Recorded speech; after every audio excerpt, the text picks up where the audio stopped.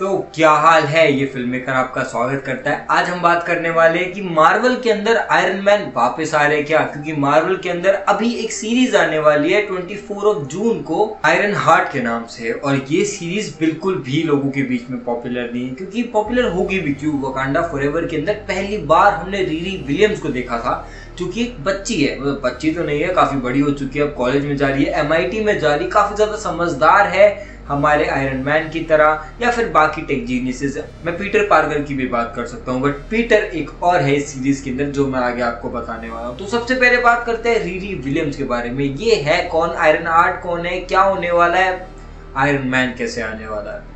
Riri Williams हमने सबसे पहले वकांडा फॉरएवर में देखी थी, जहां पर वो अपना सूट बनाती है, क्योंकि उसने सबसे पहले CIA के लिए या फिर CIF किसी के लिए, तो मतलब बेसिकली पुलिस या फिर गवर्नमेंट के लिए एक यंत्र, एक डिवाइस बनाया था जो कि रेडिएशन या फिर मैं ये कहूँ वाइब्रेशन कैप्चर कर सकता था वाइब्रेनियम की, जिसके बाद शूरी की नज़र में आती है। शूरी हमारे ब्लैक पैंथर की बहन, जो अब नई ब्लैक पैंथर बन चुकी है, वो कैप्चर करती है, इसको पकड़ के लाती है इसके कॉलेज से और एक्चुअली इसके घर से, और फिर ला करके इसको बैठा देती है अपने पास। फिर ये अपना आयरन हार्ट का सूट बनाती है, ये लोग नैमोर से फाइट करते हैं, फाइट शूरी जीतती है, बट शूरी इसका सूट अपने पास रख लेती है।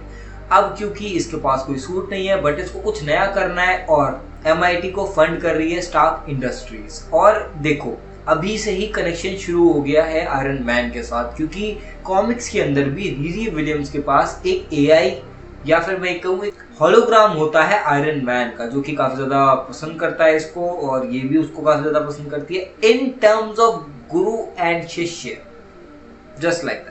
और इसके अंदर हमने काफी बार देखा है कि रीरी विलियम्स काफी ज्यादा अप्रिशिएट करती है आयरन मैन को। बट पॉइंट पर वापस आऊं तो रीरी विलियम्स काफी ज्यादा एक्साइटेड है अपने नए काम को लेकर के। ये अपना एक सूट भी बनाती है जो कि काफी ज्यादा फिनिश्ड लगता है, बट उसके अंदर कोई ना कोई प्रॉब्लम आने वाली है, जिसके बाद MIT या तो इसको अपने पास रख लेंगी या फिर कुछ ना कुछ प्रॉब्लम आएगी। वैसे तो MIT इसको अपने पास नहीं ही रखेगी, या फिर MIT इसको शट डाउन कर देगी। क्यों?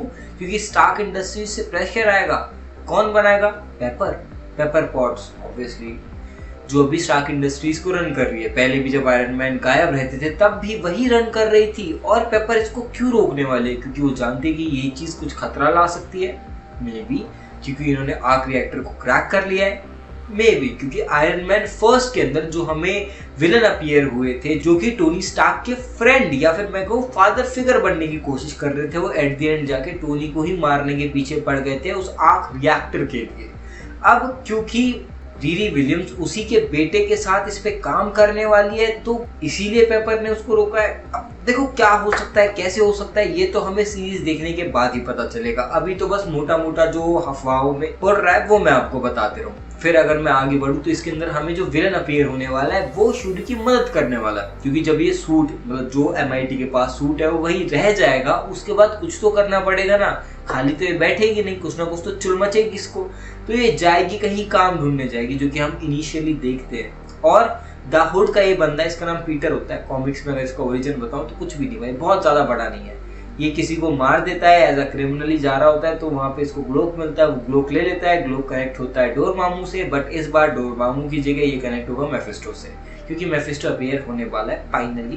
पहले भी बता चुका हूँ, अगर आप शॉर्ट से कनेक्टेड हो तो, अगर शॉर्ट से कनेक्ट नहीं हो तो कनेक्ट हो जाओ, क्योंकि मैं शॉर्ट्स पे सारे अपडेट बहुत जल्दी डाल देता हूँ।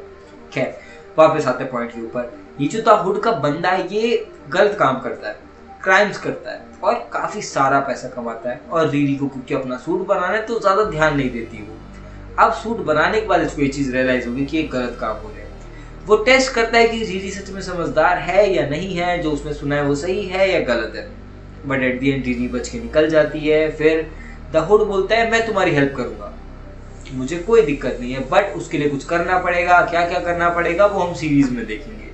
अब यहाँ पर मेन पॉइंट निकल के आता है, रीरी विलियम्स बैकआउट कर देगी द हुड की ऑर्गेनाइजेशन से और फाइट करेगी। ग्लो की हम पावर देख सकते हैं कि भाई इससे जो हुड का बंदा है, जो मेन पर्सन है, वो गायब हो सकता है, और ग्लो के जो नेगेटिव एस्पेक्ट है वो हम उसकी कमर पे भी देख सकते हैं कि कुछ अलग अलग निशान बन के आ रहे हैं। तो कुल मिला के मैजिक से कनेक्टेड तो ये सीरीज डेफिनेटली होने वाली है, और मैजिक से डॉक्टर स्ट्रेंज तो नहीं आने वाले हैं, बट मेफिस्टो जरूर आएगा, ये यहाँ से कंफर्मेशन आ गया। But at the end iron man कहाँ रह गए? तो इसके अंदर हमें एक होलोग्राम देखने को मिलता है, जो कि होलोग्राम किसी लड़की का है। आयरन मैन का। आई नो मैं भी अपसेट हुआ था, बट इसके अंदर बहुत सारे कनेक्शन है आयरन मैन को लेकर के, और कॉमिक्स के अंदर भी चूंकि रिरी विलियम्स का कनेक्शन है, तो मेरे को ऐसा लग रहा है मार्वल जो यंग एवेंजर्स को प्लान करेगा उसके अंदर हमें देखने को मिल सकता है या फिर उसके बाद मिल सकता है। अभी थोड़ा दूर है आयरन मैन का एज अ एआई।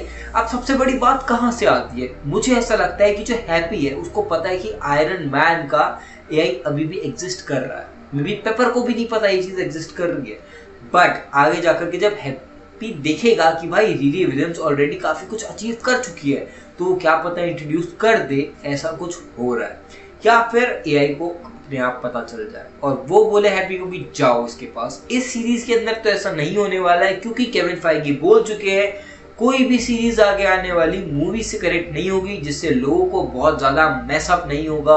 अगर उन्होंने सीरीज नहीं देखी है फिर भी उन्हें सब कुछ अच्छे से समझ में आएगा। पॉइंट पे वापस आते हैं, अब आयरन मैन कैसे आने वाले हैं। तो देखो, अगर पता है पेपर को तो ऑटोमेटिकली आ जाएंगे, बट अगर नहीं पता है कि भाई ऐसा वो जो आयरन मैन का हेलमेट था उसके अंदर एआई एग्जिस्ट कर रहा है, हैप्पी को भी पता है, बट फिर भी क्यों नहीं ला रहे हैं आयरन मैन की बेटी को आगे लाने के लिए? चांस नहीं है। मुझे नहीं लगता कि पेपर एक इंसान को खो चुकी है, अब अपने दूसरे इंसान को, मतलब दूसरा इंसान अपनी बेटी को खोने के लिए भी इसी चीज में डाल देगी, तो आगे जाकर के आयरन हार्ट को ही वो मिलने वाला है इवेंचुअली सारा कुछ। और हम देख सकते हैं कि स्टार्क इंडस्ट्रीज का काफी ज्यादा स्टफ उस विलन के बेटे के पास भी है, जो कि हमने देखा कि कनेक्शन वहां से आ गया था।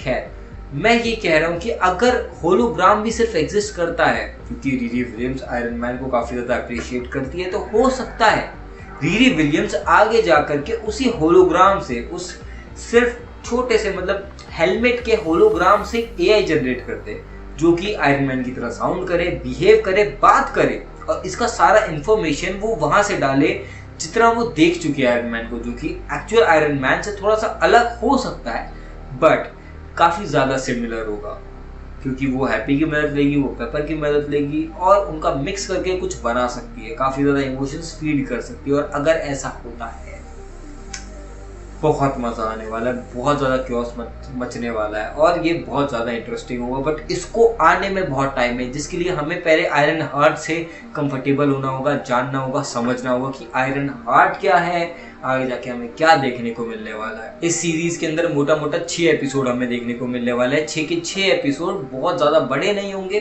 और बहुत ज्यादा छोटे भी नहीं होंगे। कितने लेंदी होंगे अभी वो तो नहीं पता चला है, बट इतना तो पता चल गया कि, मतलब पता तो क्या ही चला है, रूमर्स के थ्रू ही आ रहा है कि जब ये प्रीमियर होगा, मतलब जब ये आएगा डिज्नी प्लस के ऊपर, तब इसके 3 एपिसोड ऑलरेडी रिलीज हो जाएंगे, फिर बहुत जल्दी ये खत्म भी हो जाएगा, जो कि मुझे साउंड पॉजिटिव तो कर नहीं रहा है, क्योंकि 6 ही एपिसोड है तो 2 कर दो, बाकी 4 रेस्ट दे देना। बाकी करना है तो सारे 6 के 6 कर दो भाई। मैं तो वैसे भी बिंज वॉच करने वाला इंसान हूँ, मेरे को बिंज वॉच करना पसंद है। खैर, अगर आपको एक एपिसोड का ब्रेकडाउन चाहिए तो मुझे कमेंट्स में बता देना, वो मैं करता रहूंगा। और अगर आपको लॉन्ग फॉर्म थोड़ा लेंथी लगता है तो मैं शॉर्ट्स के अंदर भी बना सकता हूँ, इट्स अप टू यू।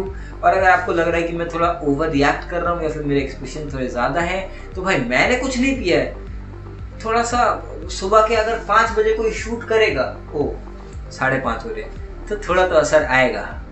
खैर, आज की इस वाली वीडियो के लिए इतना ही, फिर मिलते हैं किसी और वीडियो में, तब तक के लिए बाय।